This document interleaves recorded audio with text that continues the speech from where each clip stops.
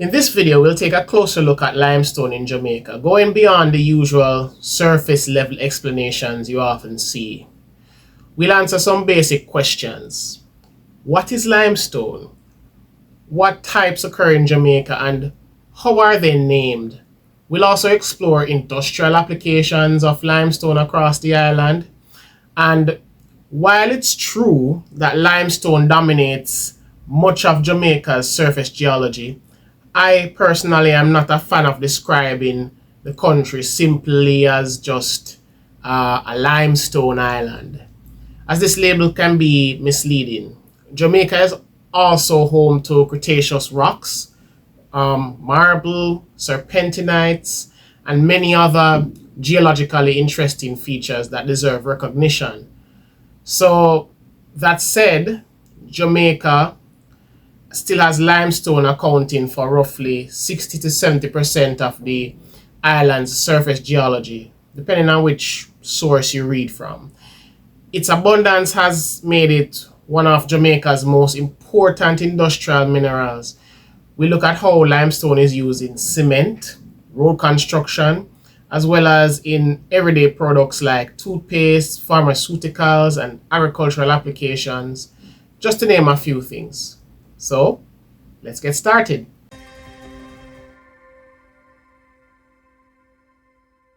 So what exactly is limestone? Limestone is a sedimentary rock composed primarily of the mineral calcium carbonate. It most commonly forms from the accumulation of shells and skeletal fragments of marine organisms that settle on the seafloor and build up over long periods of geological time. That's a very simple definition of what it is. However, limestone is not a single uniform material. There are many different types. Chalk, for example, is a soft white limestone and in geological circles we might often hear people talk about Cretaceous chalk.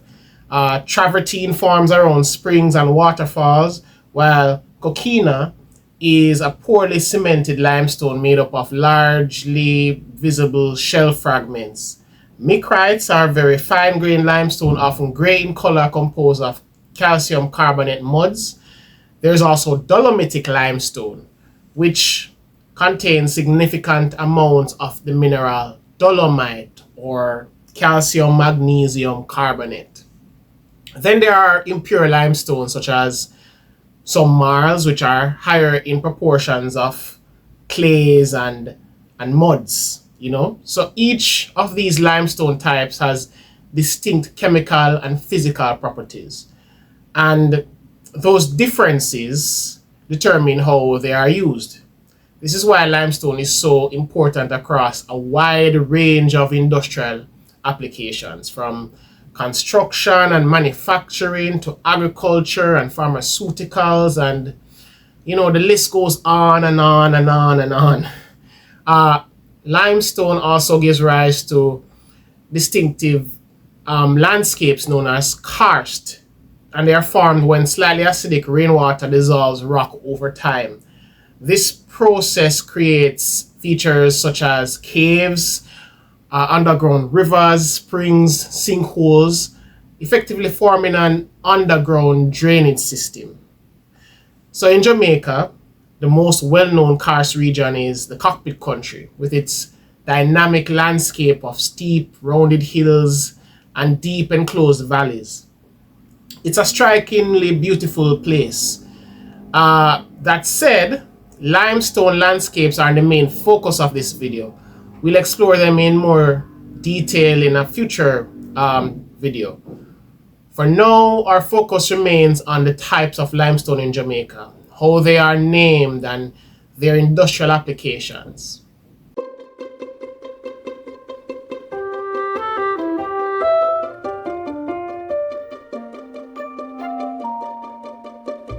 So right off the bat, there are three major limestone groups in Jamaica. Yes, three. These are the yellow limestone group, the white limestone group, and the one that often gets overlooked, the coastal group. The yellow limestone group is the oldest limestone on the island. It is less pure and contains sand and other mixed sediments. Overlying it is the white limestone group, which is the purest of the three, and calcium carbonate levels in that group can reach as high as 99.99%. And this limestone formed in shallow marine environments and is also the unit that hosts Jamaica's bauxite deposits. Both the yellow limestone and the white limestone groups formed on a carbonate platform. Above these lie the much younger coastal group, and this group consists of limestone mixed with sand and mud deposited as the island was uplifted and the modern coastline developed. It includes features such as coral reefs and fan delta deposits and is very different from the older limestone beneath it. Now, those are just the groups. Things get even more granular than this. Pause for a second. Those of you who watch my videos regularly might notice I use the word granular quite a lot. And no, no pun is intended. I don't mean grain size here. I mean how things are organized in like a structural hierarchy. So we've covered the major limestone groupings, and next we'll break them down even further into some smaller groups.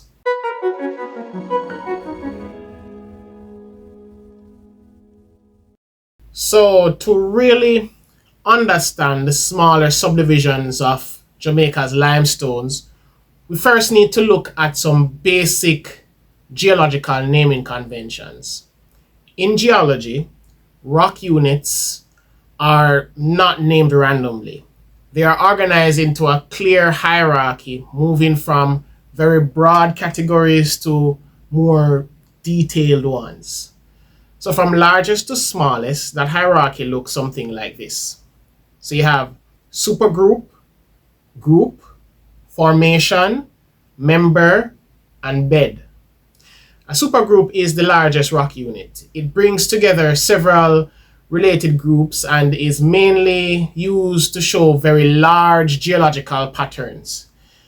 A group is made up of two or more related formations that form in the same general environment. This is a level most commonly used when talking about Jamaican limestones. You know, white limestone group, yellow limestone group. A formation now is the most important and most frequently used unit in geology. It is a distinct body of rock that can be mapped and recognized over an area. And these are the names you usually see on detailed geological maps. A member now is a smaller, recognizable part of a formation. Not every formation is divided into members, only when it helps with more detailed mapping and interpretation. A bed or a flow is the smallest rock unit. It represents a single layer formed during one depositional event and is only named when it has special significance.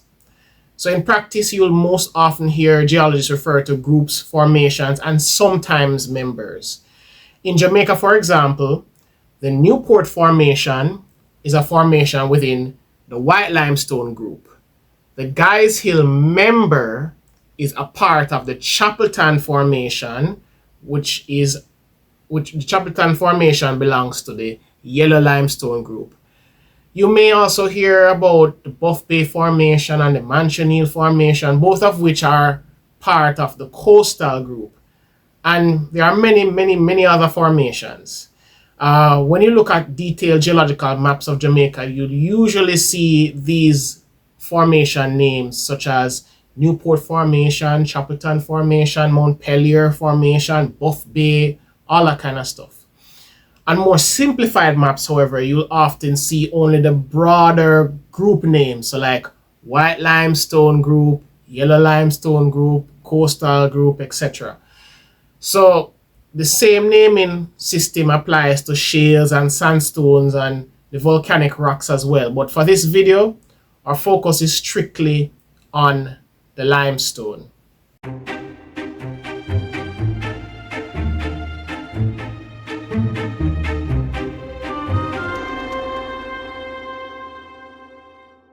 Okay, now that we know there are 3 limestone groups in Jamaica and that each group contains formations and specific characteristics, let's shift our focus to use. What exactly is limestone used for? One of the most obvious applications is construction, especially road construction. In fact, most of the material used to build Jamaica's roads comes from limestone. A typical road is built in layers. At the bottom, there is subgrade, which is natural soil. Above that is a fill layer, often made from compacted alluvial sands and gravel. Next comes the subbase, which is a coarse layer of compacted limestone. Above that is the base course made of finer limestone. And this is then topped off with a binder, usually bitumen. And finally, the asphalt surface that vehicles drive on. So while some specialized roads may vary slightly, this is the standard structure, and at least 2 major layers of the road is made from limestone. Another major use of limestone is cement production. Limestone is the primary ingredient in ordinary Portland cement. While cement uses several raw materials including gypsum and shale, limestone is the dominant component. Another important point is that some limestones within Jamaica's white limestone group are very, very pure, some of the purest in the world. Calcium carbonate contents can reach up to 99.99%, which is considered food grade quality. And because of this, Jamaica also exports calcium carbonate. And these high purity limestones are used in products such as pharmaceuticals and toothpaste and agricultural supplements and animal feed and so on. And those aren't the only uses. I mean, limestone is also used in PVC pipes, paints, and many other industrial products. The list is long, and it highlights just how important limestone is, both to Jamaica's local economy and to international markets.